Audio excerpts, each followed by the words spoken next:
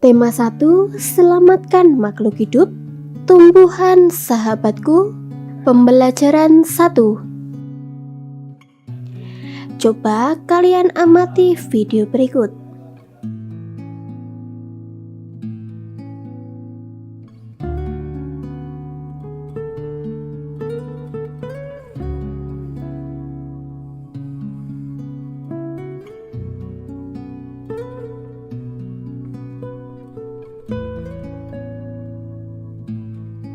Nah, anak-anak, apa saja manfaat tumbuhan bagi kehidupan makhluk hidup? Yuk kita cari tahu. Jadi manfaat tumbuhan adalah 1. Sebagai bahan pokok makanan. 2. Tumbuhan sebagai sumber penghasil oksigen. 3. Tumbuhan sebagai bahan pembuat bangunan. 4. Tumbuhan juga merupakan sumber makanan pada hewan. Nah, dalam perkembangbiakan tanaman dapat digolongkan menjadi 2, yaitu perkembangbiakan tumbuhan generatif dan perkembangbiakan tumbuhan secara vegetatif. Perkembangbiakan tumbuhan secara generatif adalah perkembangbiakan tumbuhan secara kawin atau perkembangbiakan yang dialami oleh tumbuhan berbiji melalui penyerbukan dan membutuhkan alat kelamin jantan dan alat kelamin betina. Nah, lalu perkembangbiakan vegetatif itu bagaimana? Perkembangbiakan vegetatif adalah perkembangbiakan tanpa didahului dengan peleburan sel kelamin. Perkembangbiakan vegetatif dibedakan menjadi 2, yakni vegetatif alami dan buatan. Nah, anak-anak, mari kita amati teks berikut.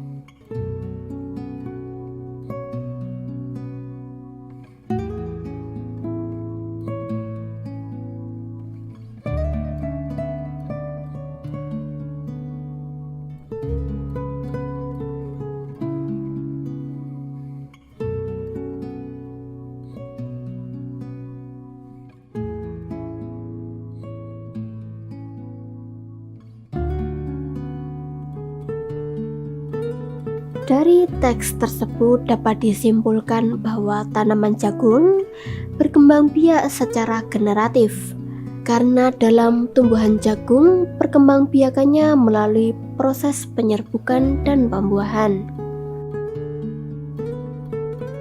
Nah, anak-anak, dari teks mengenai perkembangbiakan jagung, kita dapat mengetahui ide pokok dari setiap paragraf. Coba kalian perhatikan dengan baik ya. Paragraf 1, ide pokoknya adalah jagung merupakan sumber karbohidrat dan makanan pokok. Paragraf 2, ide pokoknya adalah perkembangbiakan jagung dimulai dari biji. Paragraf 3, ide pokoknya adalah pembuahan jagung terjadi saat tepung sari jatuh ke kepala putih. Paragraf 4, ide pokoknya adalah bunga jagung berkembang menjadi buah. Paragraf 5, ide pokoknya adalah petani mengembangbiakan jagung dengan menanam kembali sebagian biji jagung. Selanjutnya kita akan membahas tentang ide pokok. Ya, ide pokok adalah ide atau gagasan yang menjadi pokok pengembangan paragraf yang terdapat dalam kalimat utama. Bagaimana ya anak-anak ciri-ciri ide pokok? Jadi, ciri-ciri ide pokok adalah 1. Memiliki kalimat pendukung atau kalimat pengembang atau penjelasan. 2. Ada yang mendukung, baik itu berupa penjelasan atau alasan yang menguatkannya. 3. Inti dari sebuah paragraf atau pusat pembahasan. Berikut langkah-langkah menemukan ide pokok dalam suatu teks bacaan. 1. Membaca teks bacaan dengan seksama, intensif, dan cermat isi paragraf. 2. Mencari kalimat utama dari bacaan yang diberikan. 3. Mengubah kalimat utama tersebut menjadi kalimat yang lebih kompleks. 4. Tandai informasi penting yang sesuai dengan bahasan pada kalimat utama pada bacaan. 5. Baca kembali bacaan dengan teliti sampai kamu menemukan ide pokok bacaan. Nah, anak-anak, apakah kalian pernah melihat bunga sempurna? Apa sajakah ciri bunga sempurna itu? Ya, ciri bunga sempurna adalah memiliki mahkota, memiliki benang sari, memiliki kepala sari, memiliki kepala putih, memiliki tangkai putih, memiliki kelopak, memiliki bakal biji, memiliki dasar bunga, dan memiliki tangkai bunga. Contoh bunga sempurna adalah bunga sepatu.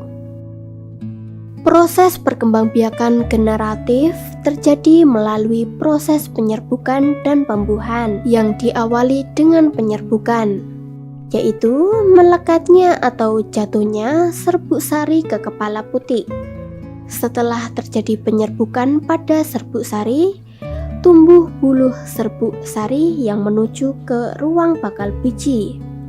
Kemudian serbuk sari akan masuk ke ruang bakal biji melalui buluh serbuk sari.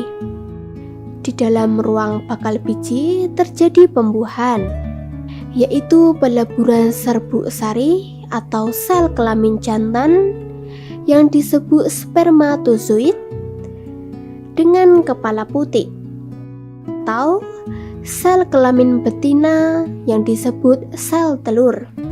Tumbuhan yang berkembang biak secara generatif antara lain adalah padi, mangga, durian, dan jambu. Anak-anak, apakah kalian tahu bahwa negara Indonesia hidup berdampingan dengan negara-negara tetangga? Oleh karena itu, didirikanlah organisasi yang bernama ASEAN. Kepanjangan dari ASEAN adalah Association of Southeast Asian Nations, atau Perhimpunan Bangsa-Bangsa Asia Tenggara. ASEAN sendiri mempunyai pengertian yaitu sebuah komunitas atau organisasi internasional terdiri dari negara-negara di kawasan Asia Tenggara yang mempunyai maksud dan tujuan untuk meningkatkan pertumbuhan ekonomi, kemajuan sosial, pengembangan budaya negara anggotanya, memajukan perdamaian, dan meningkatkan stabilitas regional. Tokoh pendiri ASEAN adalah Adam Malik yang berasal dari Indonesia, Tun Abdul Razak yang berasal dari Malaysia,